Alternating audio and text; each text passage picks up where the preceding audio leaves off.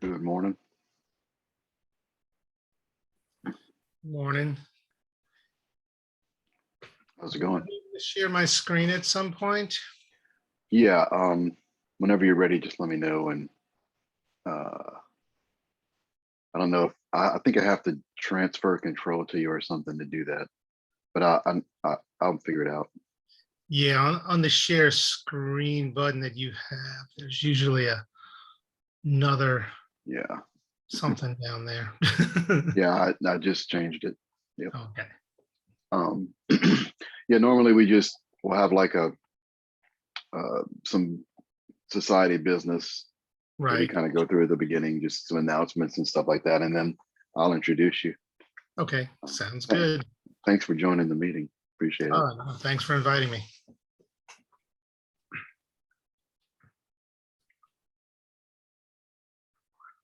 I usually give people probably about 5 minutes after 11, just to let everybody get in, get connected.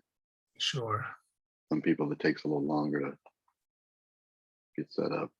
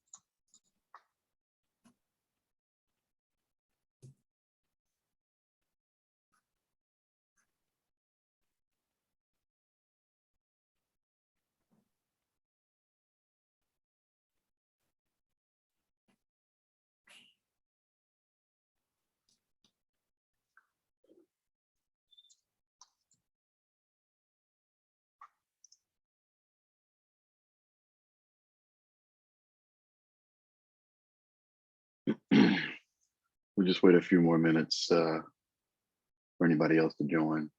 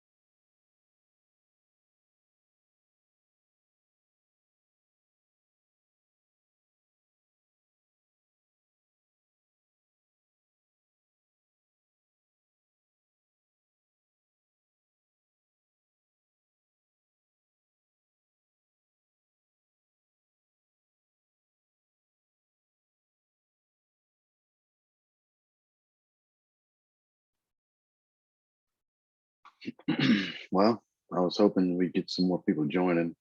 They may still trickle in, so we'll go ahead and get started.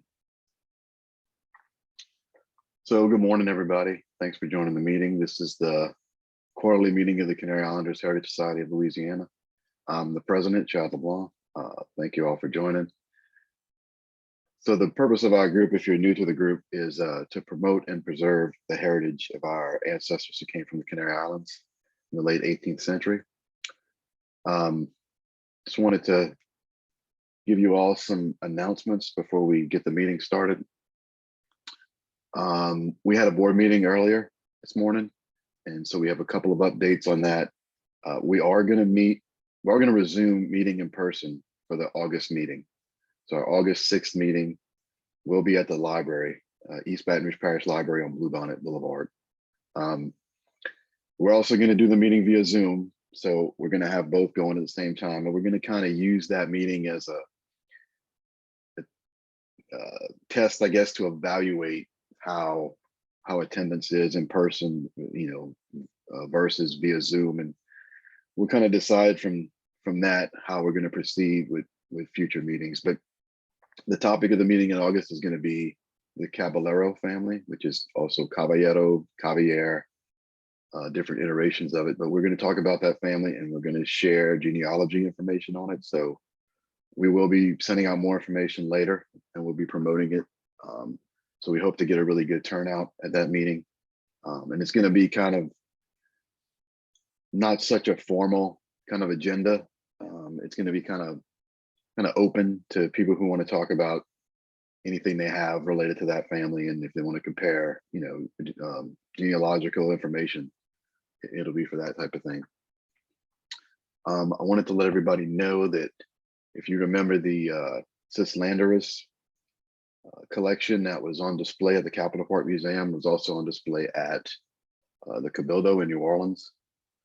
We are getting the photographs and media from that exhibit donated to us, and we're gonna give that material over to the State Museum, because we've established a collection at the State Museum for the Canary Islanders group. So it's an archive of all things related to our group that they'll retain for us and keep and preserve, that'll be accessible to people in the future. So that's going to be taking place. We got a meeting next week to kind of go through the materials and figure out what's going to be donated where. So there'll probably be more information coming on that in the future. Just to recap, our last meeting was in February. We heard from folks from the DAR. They talked about the newly created Canary Islands chapter. And the lady from the group presented information on how you can join if you're a descendant of any of the Canary Islanders who came to Louisiana. If you want to know more information about that or you have questions, you can let me know and I can pass on Ms. Veazey's contact information to you. And then in March, we had the fiesta down in St. Bernard. I only went on the Saturday this year. I didn't go both days, but attendance seemed kind of low on the Saturday. It was an unusually cold morning. Maybe that had something to do with it, but the attendance picked up on Sunday, I heard.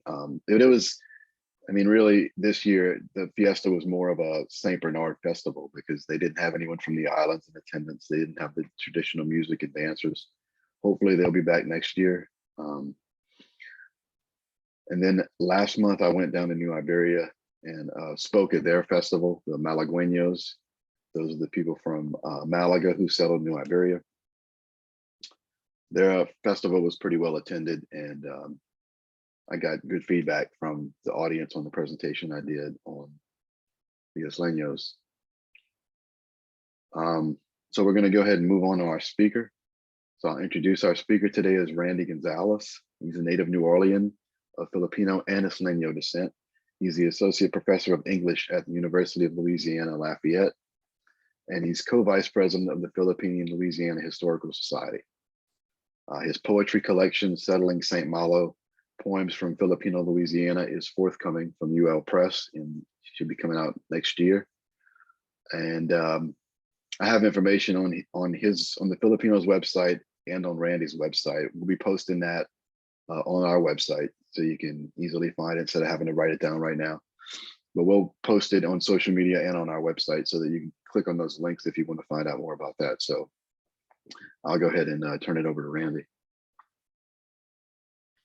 Okay, great. Thanks for inviting me. I'm happy to be here and talk about Filipinos in St. Bernard and that settled St. Malo, and really in the same spaces as Islanos, community in St. Bernard. I'm going to share my screen quickly here. PowerPoint that I'm going to start.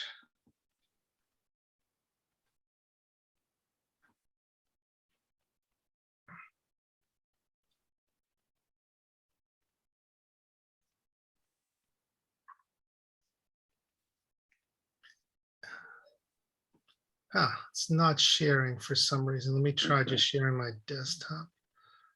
Okay. Yeah. Okay. You started screen. Yeah. We see it now. You see it now? Okay. Yes, sir. So to get started, like this is the space that we're looking at here is kind of where Filipinos settled. New Orleans, St. Malo Bayou, and Barataria Bay area. And this space was primarily settled in the 1900s, right? I'm sorry, 19th century, the 1800s. Some would say earlier, but we really don't know for sure if Filipinos came with the first kind of Spanish colonial period. We assume some did, but really there are no settlements that were established at this point. So the point is kind of moot, so we're just focused on our argument, or what we go on with, is that by 1830 that Filipinos established a village in St. Malo Bayou. And that's what I'm going to talk about today. So this village, we just erected a marker, and the marker is kind of a way for us to recall and then to share the story of this kind of forgotten village. St. Malo was the first permanent Filipino settlement in the United States. So it has significance for the Asian American community, the Filipino American community, and we get a lot of national interest because of this. And in Louisiana, it's just the story is not known as much, right? But that was the case with the Isleños as well, right? Growing up I didn't learn about the Isleños community When I was in school, it wasn't in the textbooks, but now it is, right? So the communities now are being talked about more, and we're starting to understand that our heritage is not just Cajun, French, and Creole. And so this is, what this presentation will be about one small community, the Filipino American community in St. Malo, but it really is about kind of all of the marginalized communities we don't learn about, right? And we should probably pay more attention to, because the story of Louisiana is much more diverse than most people recognize. So the village of St. Malo looked like this in 1883. Excuse me, Randy. I don't think you're screen sharing anymore. I'm not seeing it. Okay. Let's see what's going on here. Let me escape the PowerPoint presentation. I see it, Chad. Oh, You do? Maybe yeah, I see it. probably messed something up. I didn't know if you guys could see it. Yeah, see Now I anything? see. Just see my screen now. Yeah, I see your screen now, but it was there. Okay. Okay. Was I the Yeah, only one? I Oh, must have, Scott could see it too. okay, I must have clicked the wrong button. Sorry about that. That's all right.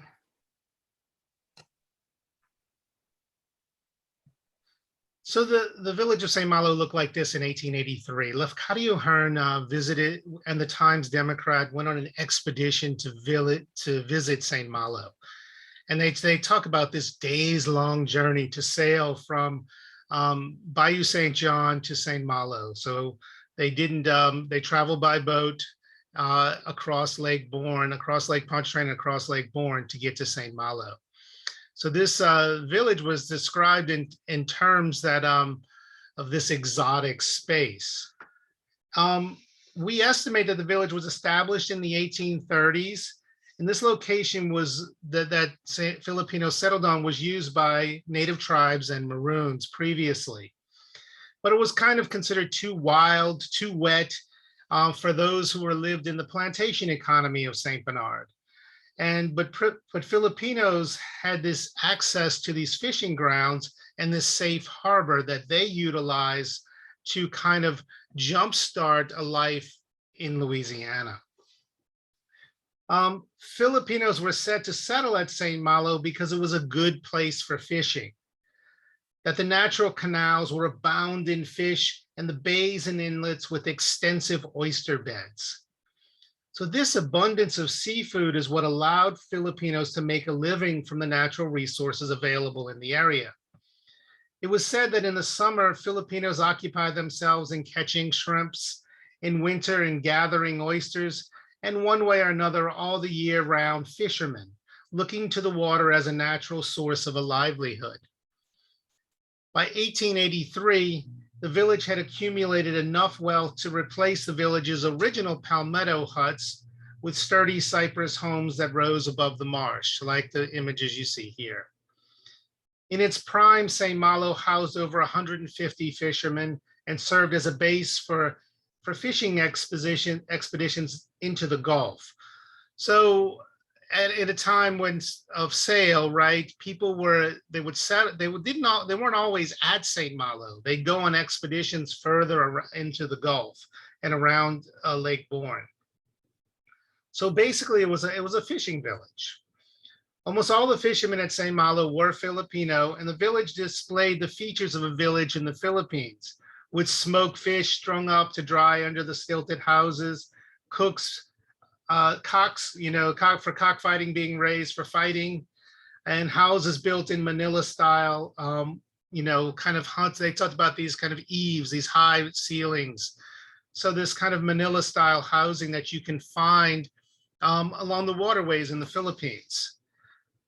So the architecture, it was considered an Oriental space by people that traveled there, right? It seemed very Asian, and in the terms of the newspaper at the time, it was like this other world. In particular, because first of all, it was in the swamp, and the visitors were always from the city. So there were newspaper people that were coming from, an urban space and going into the swamp and seeing this otherness. So that generally, the people that lived in St. Bernard Parish were already considered kind of different from the city folk. And, Filipinos were then at the extreme of that, and they were living further out in the marsh. So I'm often asked, okay, why did Filipinos settle in Louisiana? Why New Orleans, and why settle at St. Malo? Well, New Orleans was one of the busiest ports in the United States, and Filipinos were noted for their ability to sail. And so Filipinos worked on trade routes across the globe and still do. Filipinos are an island people, meaning many were comfortable with water, being around water. Not everyone, right? There are a lot of people that live in the mountains, right? So it's not always the case. But there was a comfort with the water. And then during the Spanish colonial period, of course, Manila became a hub for the Manila galleon trade, right? Which brought goods from Asia to Mexico.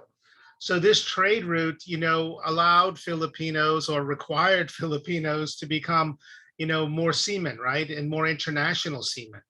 So Filipinos basically worked the galleon trade, and then over time moved across to other ships and and were on ships for different, nations. And of course, what seamen did, especially with the galleon trade, at first, half the crew would die by the time they got to Mexico, right? So it was very difficult to get recruits to go back to the Philippines, right? A lot of them would run away as soon as they hit Mexico. There's this wonderful story of a native, Mexican tribe getting Filipinos to all leave their ship and come to their village and teach them how to make coconut wine. Right, to basically start a coconut wine, sort of industry in Mexico, because they wanted that knowledge. So we have this kind of transnational knowledge being transported with this Manila galleon trade, and seamen were part of that, right? And so eventually, of course, Filipinos were in the Gulf of Mexico, a lot of them serving on Spanish ships, but a number of the Filipinos ended up in Louisiana, were on English ships, French ships. They were working on different ships. So with this, they eventually ended up at the port of New Orleans, which was one of the busiest ports in the United States. And like seamen do, some of them decided to stay, right? It's not uncommon for any seaman at the time to just decide, right, I'm going to hang out at this port for a little while. Well, what made Louisiana special for Filipinos was this Spanish connection, right? The Spanish colonial period, we have this shared period in Louisiana with the Philippines, where there's a Spanish culture in both spaces. The argument for Filipinos was they were running away from that culture, but that culture was ingrained within them anyway, right? They were generally Catholic. There was the language, they understood Spanish. And so the family ties were kind of familiar to them. So there's a lot of shared cultural influence that made being in Louisiana comfortable for Filipinos, and St. Bernard particularly. So there's a great story of a Filipino who is mistaken as Chinese, who tells the boys who see him as Chinese, he says, no, I speak Spanish like everyone else in St. Bernard. So this idea that, there was a comfort, there was a feeling of belonging more in St. Bernard Parish. And as I've mentioned, there was the land, right? There was opportunity with fishing, that they could find a space where they could make their own.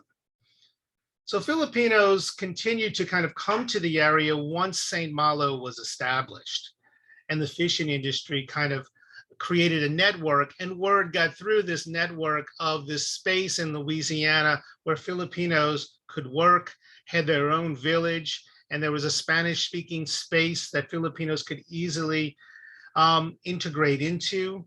So word kind of got out that there was this type of space in the United States where Filipinos could live and feel comfortable.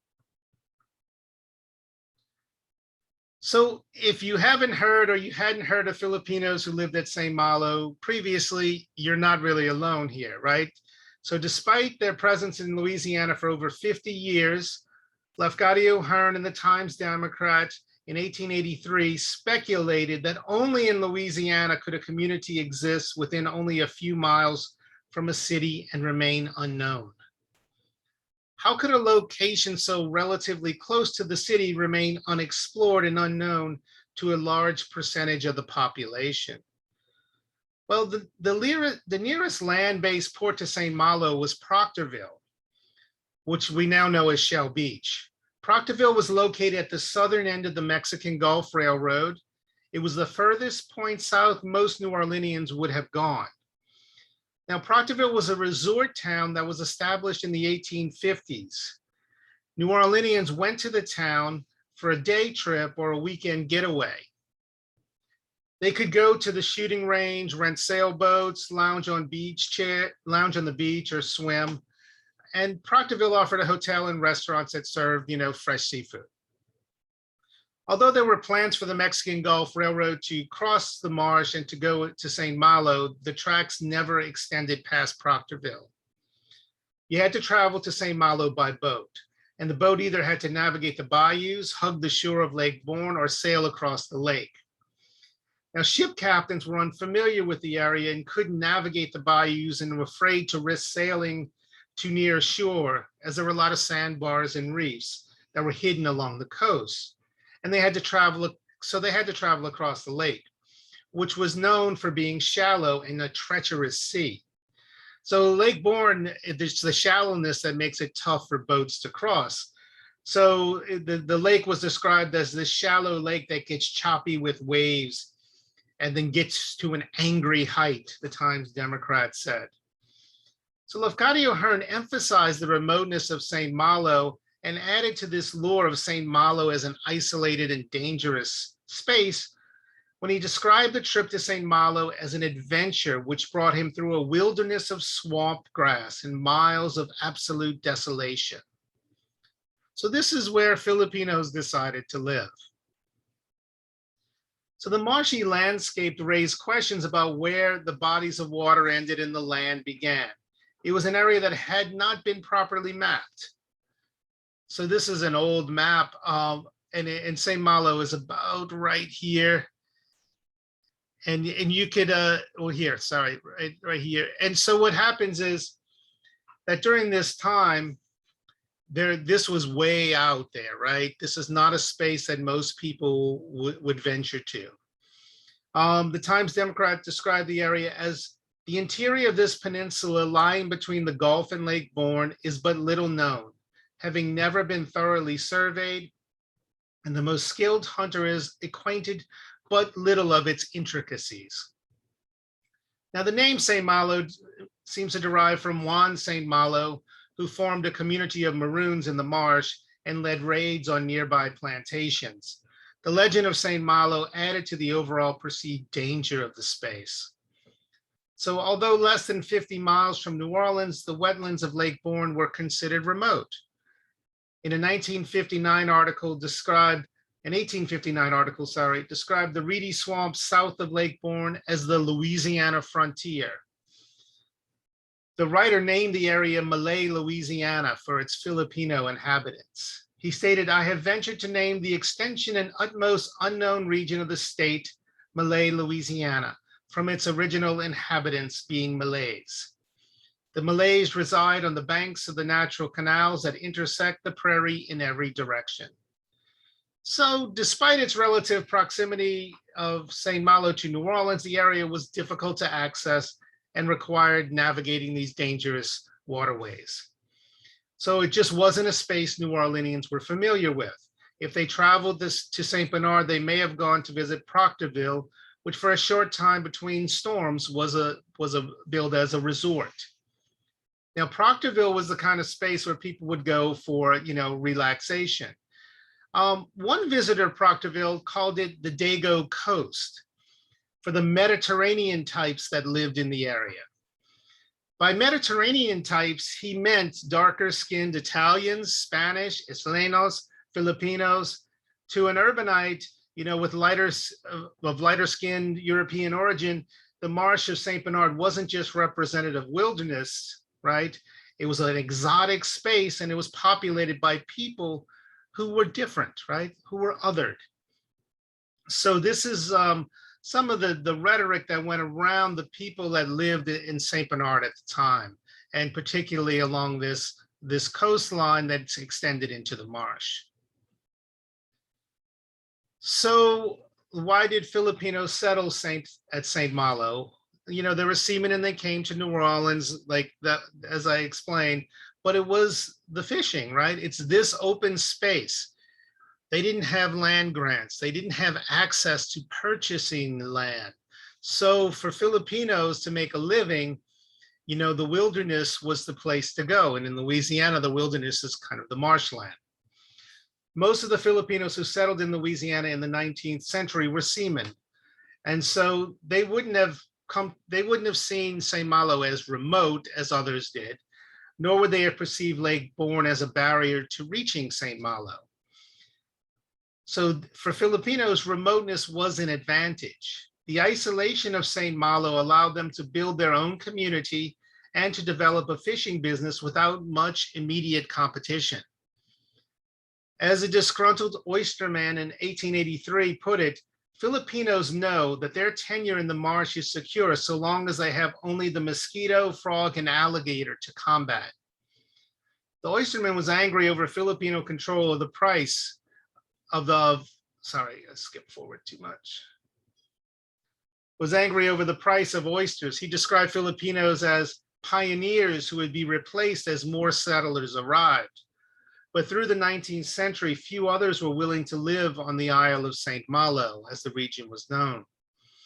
So it was this isolation that allowed Filipinos to gather fish and oysters basically freely, right? They just needed a boat, and a sail, and nets, and energy and effort to basically have a job.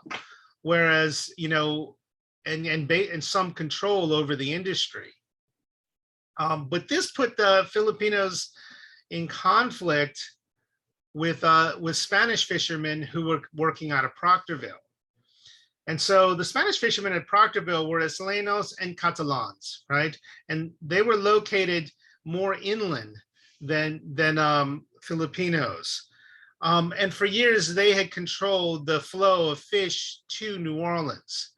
So the fishing industry was smaller at the time, but the Spanish fishermen had control of it and could set prices for New Orleans markets.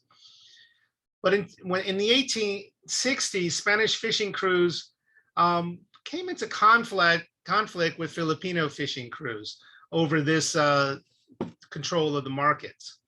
The Daily Delta describes Spanish control of the fish market as a monopoly. It says, the supply of our markets with fish has been for a long time in the hands of closed corporation composed exclusively of Spanish monopolists and have had the entire control of the big business, regulating prices and the supply and driving off all competitors. Well, this kind of changed as more Filipinos started moving to the area, right? And to get a sense of what this fish industry at the time, fish were being sold for 15 cents a bunch.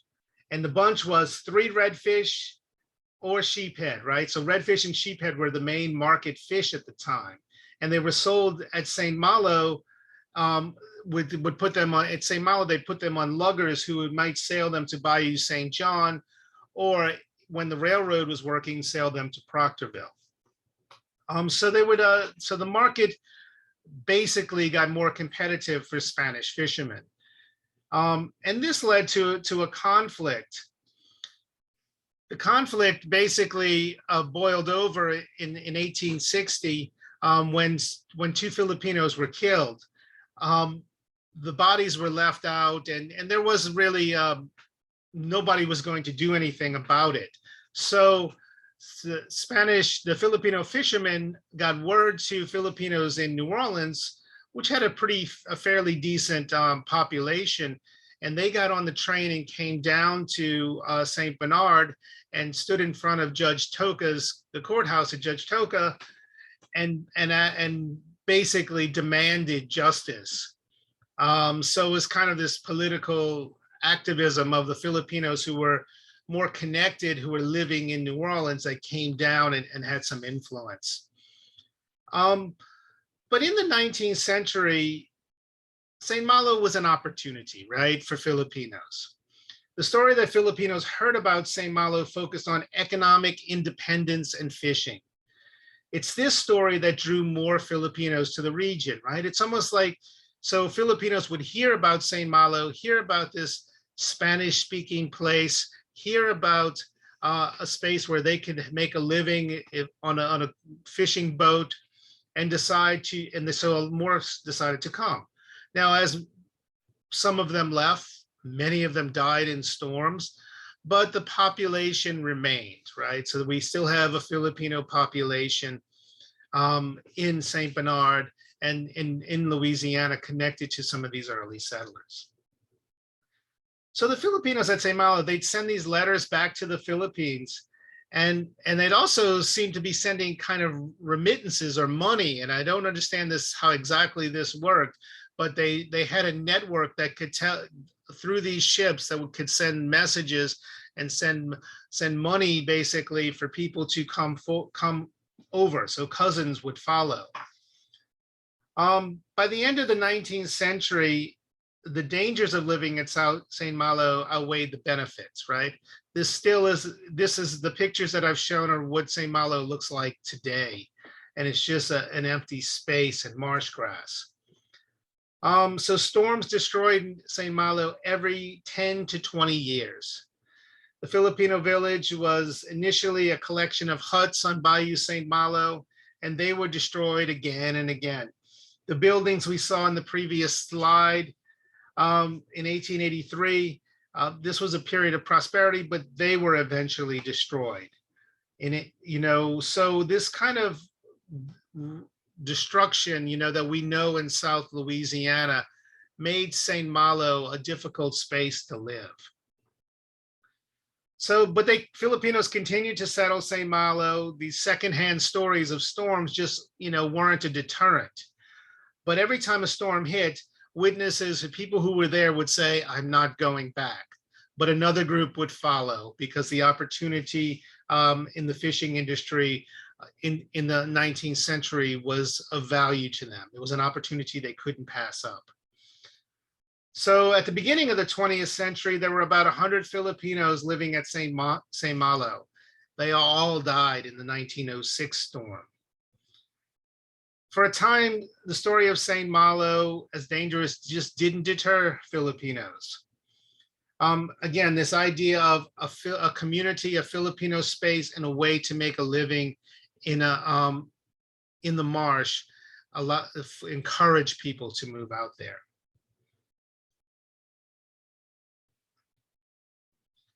The danger of St. Malo eventually outweighed the opportunity it provided. At the beginning of the 20th century, Filipinos found other opportunities in South Louisiana. So earlier generations were integrating into St. Bernard. So when they were married, the women were not living at St. Malo, it was just the men. So there was no first generation Filipinas, right? So Filipino men intermarried, including with Islenos. The second generation women were expected to marry within the Filipino community.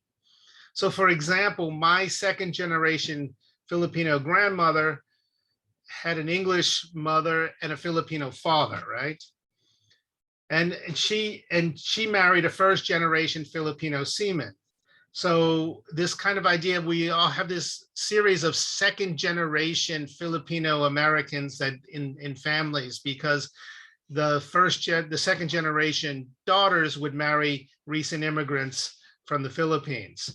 And this allowed the culture to remain and people in St. Bernard to feel like I'm Filipino, even though maybe 7 generations in, right? The mayor of Lafitte is 8th generation Filipino American, right? So this kind of feeling of connection was made possible by the daughters, the second generation daughters marrying recent immigrants. Many times we lose this connection to the culture, but this marriage practice allowed them to feel Filipino and to identify as partially Filipino. But St. Malo, because of technological advances as well at the turn of the 20th century, it wasn't really necessary to live in the marsh. The boats could reach the marsh a lot quicker than they could previously. And a lot of fishermen, Filipino fishermen, were moving over to Barataria Bay, where the shrimp drying industry was booming. So this resulted in many St. Bernard fishermen moving over to Jefferson Parish and Manila Village, Clark Chenier, the place they called the Clubhouse. And these spaces were more accommodating for families. And women could find opportunities and jobs in this area. So in St. Bernard, really, it was a male space out in the marsh, and families lived in St. Bernard or in New Orleans even. But in Barataria Bay, the families could live nearby. And so this kind of built the Jefferson Parish Filipino community up really strongly. And there was a strong connection there, and there still is, particularly in Lafitte, in the town of Lafitte. So also, this is a time of US colonization of the Philippines. So Filipinos were feeling more welcome, in New Orleans, and felt that there were more opportunities. There were more opportunities to work on ships. There were more opportunities because Filipinos were considered US nationals, right? So there was more movement across the United States as well, more migration. But again, more Filipinos still coming. My great-grandfather came in 1909 via the US Navy, right? So he joined the US Navy in the Philippines and ended up settling in Louisiana. So because of this colonial period, the Filipino community in South Louisiana was really strong and vibrant. It was only with Filipino independence, the independence of the Philippines, in the 40s, where we start to see this diminishing of the Filipino American community in the region as fewer recent immigrants were coming to the area. So if you didn't know about St. Malo, you really aren't alone. I didn't know either at some point. This is a story that just wasn't told. In 1883, when the Times Democrat and Lafcadio Hearn reported on St. Malo, they described St. Malo as a new discovery. And of course, the village had been there for at least 50 years. 20 years later, in the 20th century, the beginning of the 20th century, a newspaper wrote about St. Malo, saying perhaps no geographers or historians in the United States ever know that Louisiana contains a Filipino community.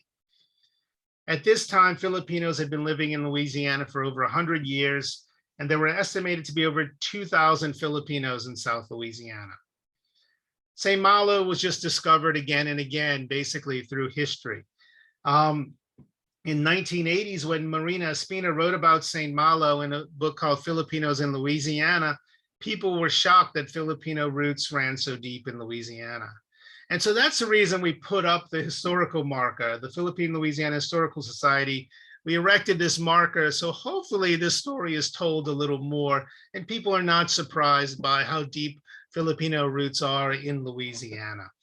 And that's the work of, your historical society, and our historical society, is just to kind of share the stories. So we understand that our communities have been here and they exist, and we identify them, we feel connected to them, and that they need to be more of the overall Louisiana story. Because the state is so diverse. Now the marker is at the Islanos Museum Complex in St. Bernard, so you might have seen it. If you haven't seen it, we are having an event at the complex. It's October 1st, and every October we do an event out there. It's Filipino American History Month.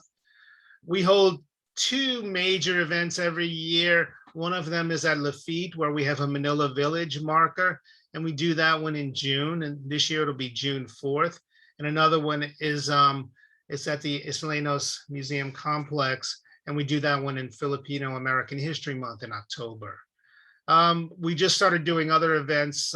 We just had a Filipino food festival. We've been working with the Southern Food and Beverage Museum. So we might have a third event every year related to food, culture, and history.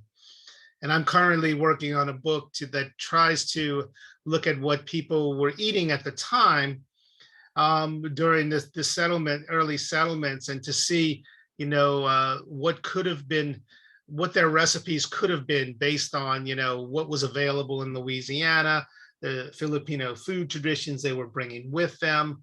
The little snippets of stories I have about dried fish hanging and making, salted, of course, dried shrimp, but also salting fish in barrels and making this kind of like fish sauce out of them. So we have a few stories about, things that they consumed, but a lot of it will be trying to connect what I know about the region. Like there's a lot of fish dishes that they eat.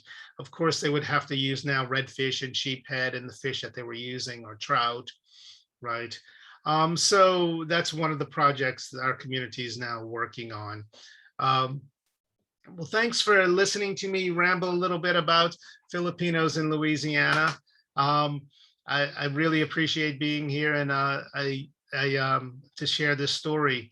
And I think that there are just some connections between the communities that are important. We are just getting started kind of in relationship to the history that your organizations have.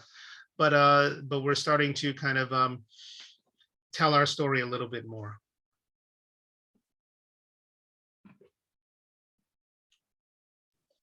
Thank you, Randy. That was very well done. And I enjoyed the connections between your community and our community. And hopefully others were able to get the same thing out of this, actually. So I appreciate it. And we're going to open up for a question and answer session. And if anybody's got any, go ahead, feel free.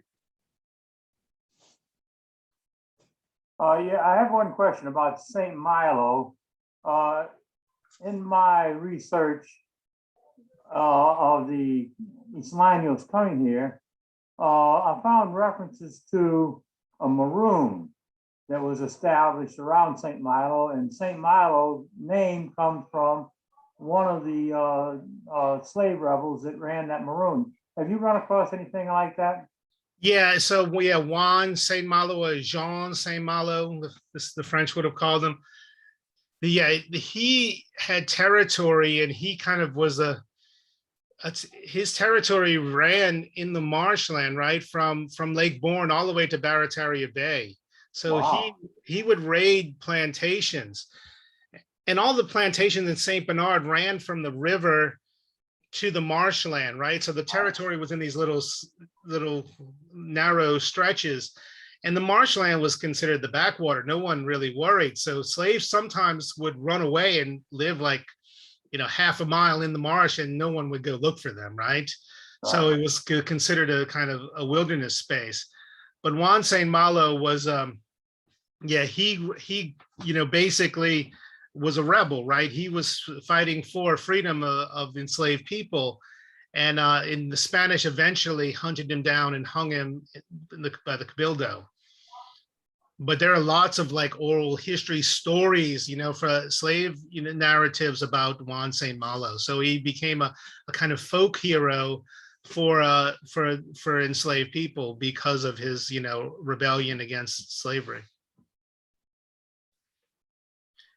And the names on the maps kind of reflect this kind of the racialization of the swamp area. So you'd have like Negro Lagoon, and it wasn't on older maps. It's not Negro, right? It's so they would use like a lot of the spaces around there were basically have names that were derogatory about blackness and sometimes towards Saint Malo. And of course, Saint Malo, the name bad, right? He's the bad saint.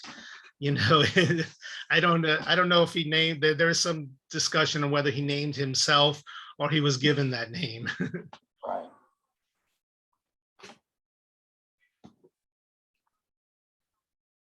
One of my friends is she passed away, but she's Filipino and English, and she lived on the West Bank. And so I actually went to the Philippines, and so I can see how that marsh was like very familiar for them, because it's the 7,000 isles or something in the Philippines. So I could see how they would feel very much at home, isolated on an island, kind of like out there. And some of them did, right? But like my great grandfather was from the mountain areas, right? So and so a lot of them were forced into the sea trade just because it was the way out and the way to travel. So, but they weren't all naturally fishermen.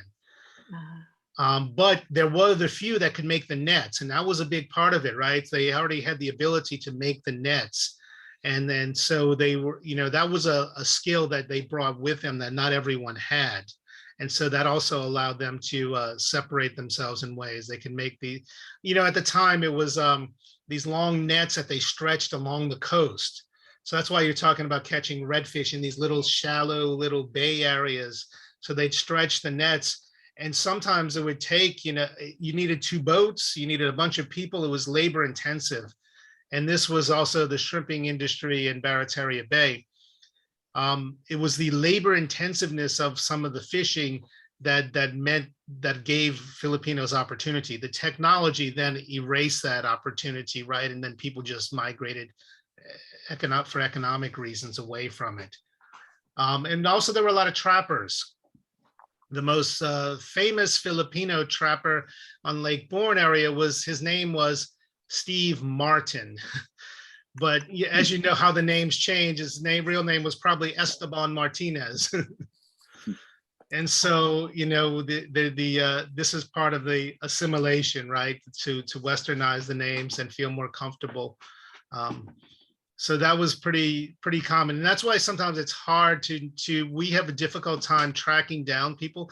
Names change, and then there's migration where people leave. So quick, they leave and they move to different areas. So they're on one census and you never see them again. You don't know if they migrated away or if they died in a storm. So we have very difficult time tracking the community. Right. And I noticed too, when I was in the Philippines, that everything, like you were saying, Spanish and Tagalog are so close, like "Cómo está" in Tagalog is "Cómo está" in Spanish. But the written language, I was able to, with my limited Spanish, I was able to kind of go, oh, I know where, I know that, I know where I'm going. It was, it was really, really interesting. Yeah, so people they would speak Spanish, right? If they, the churches were teaching the religion, I guess there was Latin at the time as well, but I think there's a lot of Spanish. So in church they would have learned some Spanish. What the Spanish didn't do really well was educate. They didn't focus on education, so they weren't necessarily reading in Spanish, right? But they were just they could communicate. When the U.S. came in, of course, that education was a big part of the colonial effort. So everyone then learned English in schools. And so it wasn't really difficult or to get them to change the school system because there wasn't much during the Spanish colonial period. I found it interesting. Over the past couple of years, I've read the 3 Amitav Ghosh historical novels about the Opium Wars, and I've just been reading Moby Dick. And the crews of the ships that sailed around the world in the 18th and 19th centuries, they were the United Nations of their day. I mean, and so many Filipinos on board those ships in all parts of international commerce on boats. Yeah, I wrote a little encyclopedia entry about Filipinos in the Civil War. And what I found was that all of them were, they joined the war basically to be on ships, right? Because the shipping industry was shut down during the Civil War. And they were like coming from New Bedford. They were in whaling ports. They were on North Carolina. Yeah. They were in all of these ports just working on boats all over that were going all over. And when the Civil War came, they were like, okay, the trade is now disrupted. There's no job. So they just hopped on another ship, basically. Huh. And some of them who were in Alabama at the time joined the Confederacy. The ones that were in the North at the time joined the Union. And so there's just kind of this, they were they were everywhere. You know, there were a few. There were no communities though, right? And that's why what made Louisiana different is that there was a community. But Mhm. Filipinos, because of the sea trade, were all over the world. Yes, yeah.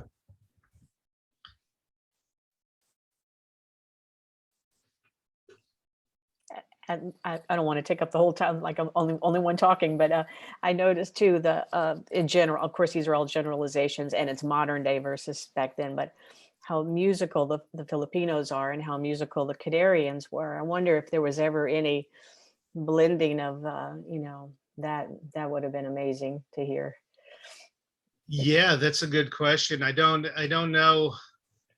I think, the music, I don't know how much of the Spanish influence, the music, it might be a large Spanish influence with the stringed instruments, right? Mm, And as far as 300 years of Spanish rule in the Philippines, right? So the indigenous instruments, we don't know a whole lot about.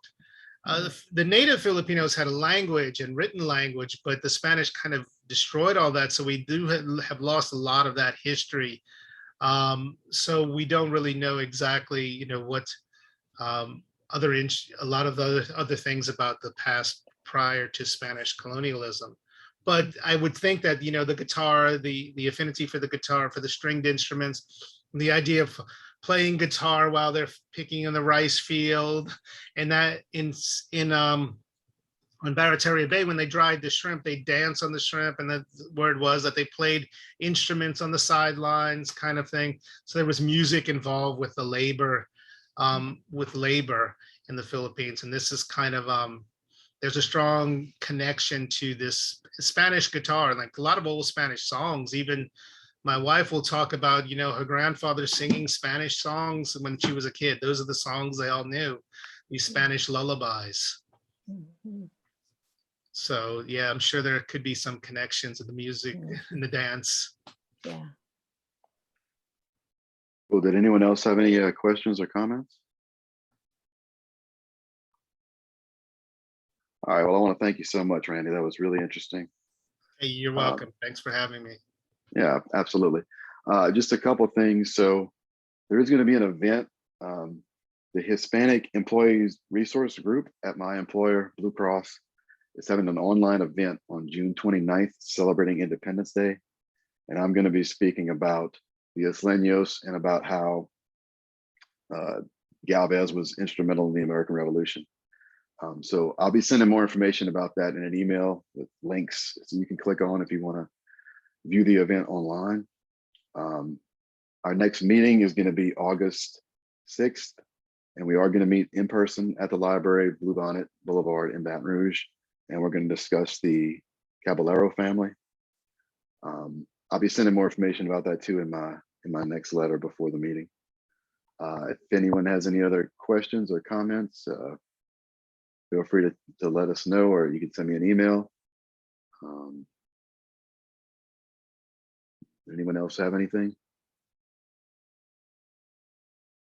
All right, well, thank you all for joining them today. Thanks again, Randy, that really good presentation. All right, well, I will see you all again, hopefully at our August meeting. Thanks.